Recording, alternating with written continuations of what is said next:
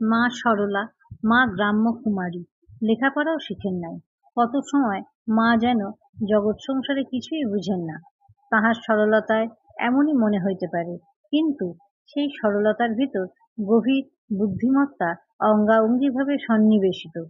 পূজ্যপাদ স্বামী শারদানন্দ প্রণীত লীলা প্রসঙ্গ হইতে একটি স্থান মাত্র এখানে উদ্ধৃত করিলাম।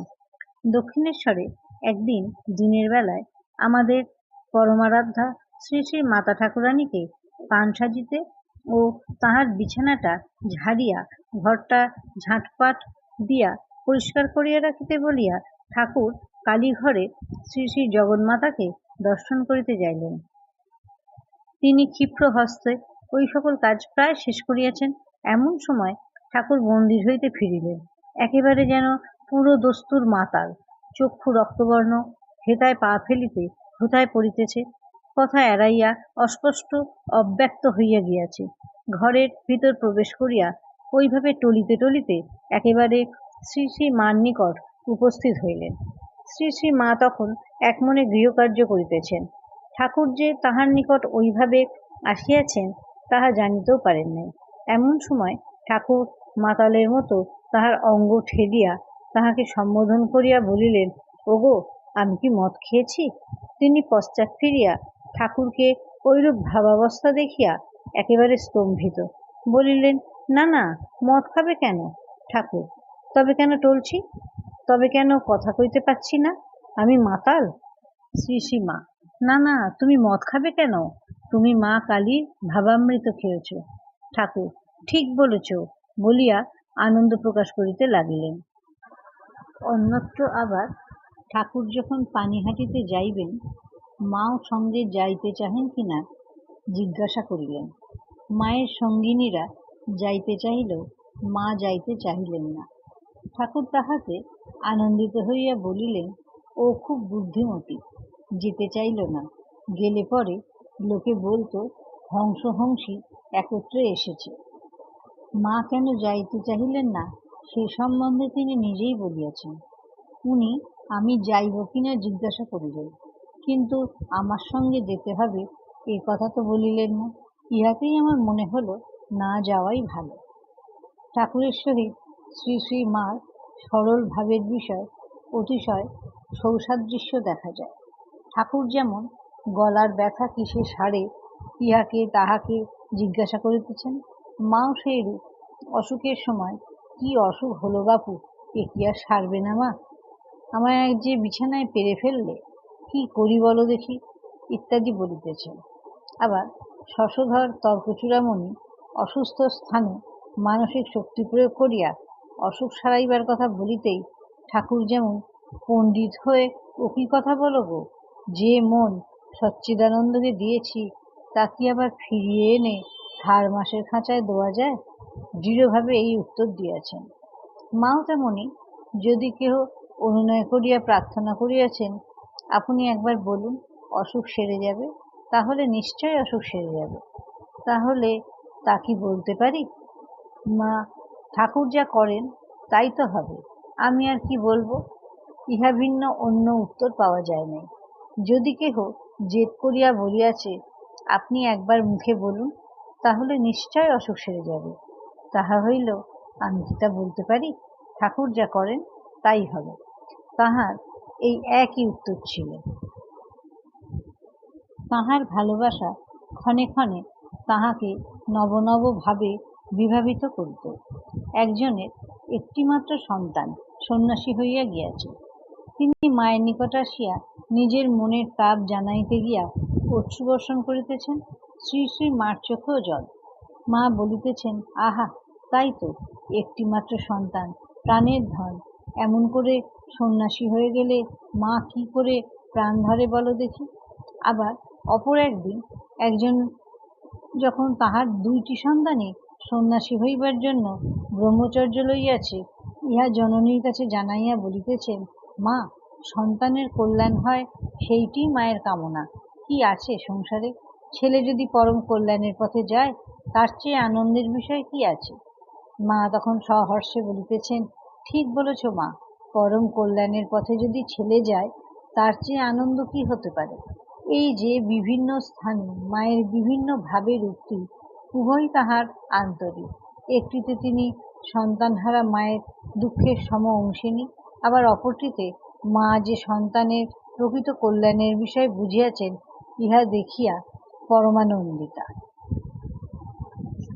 জননী অনেক কন্যাই মনে করে মা আমাকে অতিশয় ভালোবাসেন, কখনো আমাকে ভুলেন না। অযোগ্যা এই দিন লেখিকাও তাহাদের মধ্যে একজন।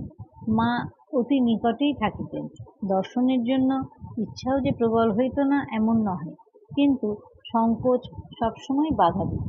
তথাপি যখনই যতদিন পরেই মায়ের দর্শন পাইয়াছি, তখনই মনে প্রাণে অনুভব করিয়াছি মা আমাকে একবারও ভুলেন না। সেই অপার স্নেহময়ী জননী যেমন তাহার পিতৃহীনা দুঃখিনী স্নেহপাত্রী রাধুর সকল অত্যাচার অম্লান মুখে সহ্য করিয়াছেন, সেইরূপ তাহার সকল সন্তানেরই অত্যাচার হাসি মুখে সহ্য করিয়াছেন। জয়রামবাটিতে ইদানিং ম্যালেরিয়ায় ভুগিয়া তাহার শরীর অত্যন্ত দুর্বল হইয়া পড়িয়াছিল। সে সময় হয়তো মধ্যাহ্নে বিশ্রাম করিতেছেন, এমন সময় বহু দূর হইতে দর্শনপ্রার্থী পথশ্রান্ত ভক্ত আসিয়া উপস্থিত হইলেন। জননী তখনই তাহার পরিচর্যার প্রয়োজনের জন্য বিশ্রাম ত্যাগ করিয়াছেন। তাহাদের শতজনের শত আবদার, কেহবা মায়ের হাতের অন্ন গ্রহণ না করিয়া জলগ্রহণ করিবেন না, এই সংকল্প করিয়াছেন। মা তখনই রন্ধনশালায় প্রবেশ করিলেন। কেহবা ধূলিপায় মায়ের চরণ পূজা করিয়া পরে প্রসাদান্ন গ্রহণ করিবেন বলিয়া আবদার ধরিয়াছেন। স্নেহময়ী সন্তানের সে আবদারও পূরণ করিতেছেন। শত অবুঝ সন্তানের মায়ের উপরে শত দাবি। সহিষ্ণুতার প্রতিমূর্তি করুণাময়ী জননী সকল প্রকারই স্নেহ সুধায় তাহাকে শান্ত করিতেছেন। মায়ের এই ছবি প্রত্যেকেই প্রত্যক্ষ করিয়াছেন, কিন্তু আবার অনুরূপ দৃঢ়তার অভাব ছিল না। তাহার অসুস্থ অবস্থায় একদিন একজন গৈরিক বস্ত্র পরিহিতা মহিলা তাহার চরণ দর্শন করিতে আসিয়াছিলেন। তিনি মায়ের নিকট দীক্ষা লইবার জন্য অতিশয় ব্যাকুল হইয়া আসিয়াছেন। মা তখন খাটের উপর শুইয়াছিলেন। তিনি যেমন পদধূলি লইবার জন্য অগ্রসর হইয়াছেন, অমনি মা যেন সন্ত্রস্ত হইয়া বলিলেন, করো কি করো কি, পায়ে হাত দিও না, গৈরিক ধারিণী সন্ন্যাসিনী তুমি, পায়ে হাত দিয়ে কেন আমাকে অপরাধী করো? মেয়েটি নিতান্ত দুঃখিত হইয়া উত্তর করিলেন, অনেক আশা করে যে আপনার কাছে এসেছি, আপনি আমায় দীক্ষা দেবেন বলে। মা বলিলেন, ব্যস্ত হলে কি কিছু হয় মা? সময় হলে নিজেই হবে। দীক্ষা কি তোমার হয়নি? গেরুয়া কে দিয়েছেন? যার কাছে সাধন পেয়েছ নিষ্ঠা করে তাকেই ধরে থাকো, সময় হবে।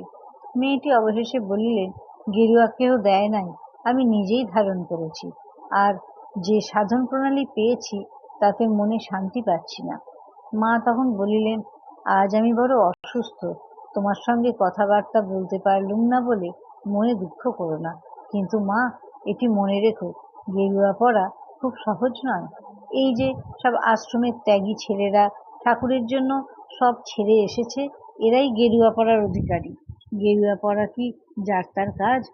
এইসব বলিয়া মিষ্টি কথায় তাহাকে বিদায় করিলেন। কিন্তু মা তাহাকে পায়ের ধুলা নিতে দিলেন না। মা অসুস্থ থাকিতেই তাহার জন্মতিথির দিন আসিল। সেদিন তাহার চরণ পূজা করিতে বহু ভক্তের সমাবেশ হইয়াছে। মা তখন খুব দুর্বল, বারবার জ্বর হইতেছিল। মা পালঙ্কে অবগুণ্ঠিতা হইয়া বসিয়া আছেন। শত শত ভক্ত চরণ পূজা করিতে আসিতেছেন। মা সস্নেহে সকলের পূজা গ্রহণ করিতেছেন। তরা সত্ত্বেও পূজায় বহু সময় লাগিল, কিন্তু মা সমভাবেই প্রসন্নময়ী রূপে সন্তানদের অর্চনা গ্রহণ করিতেছেন। এই দৃশ্যটি আজও মনে অঙ্কিত রহিয়াছে। শ্রী শ্রী মা স্বরূপ ভাষার তুলি দিয়া আঁকিতে পারি এমন ক্ষমতা আমার নাই। আমি যখন মার দর্শন পাই নাই, আমার মেয়ে তখন নিবেদিতা স্কুলে পড়িত। তাহার কাছে প্রথম মায়ের প্রত্যক্ষ সংবাদ পাই। তার পূর্বে কেবল মনে কল্পনা লইয়াই তৃপ্তি থাকিতাম।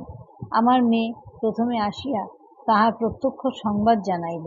সে বলিল, মা, মাকে আমরা দর্শন করিতে গিয়েছিলাম, তিনি যে কত সুন্দর, কত ভালো তুমি দেখলে বুঝতে পারবে। আমার এত ভালো লেগেছে মা, সে আর কি বলবো। কেবলই মনে হচ্ছিল তুমি যদি একটিবার তাঁকে দেখতে। তাহার এই কথা শুনিয়া খুঁটাইয়া খুঁটাইয়া তাহার কাছে মায়ের মধুর প্রসঙ্গ জিজ্ঞাসা করিলাম। সেও আনন্দের সহিত বলিল কেমন তিনি খাইতে বসিয়া হাসিতে হাসিতে বালিকাদের সম্ভাষণ করিতেছিলেন, অল্পাহারের জন্য গোলাপ মার কাছে তিরস্কৃত হইয়া তাহার দিকে চাহিয়া হাসিতেছিলেন, সকলকে তাহার প্রসাদ কত স্নেহের সঙ্গে হাতে হাতে ভাগ করিয়া দিতেছিলেন। সেই ছবিটি যেন তাহার বর্ণনায় মনের মধ্যে আঁকা হইয়া গেল। সেই দিন হইতে তাহার কাছে মায়ের কথা প্রত্যহ শুনিতে পাইতাম, আর মনে অভিমান প্রবল হইয়া উঠিত।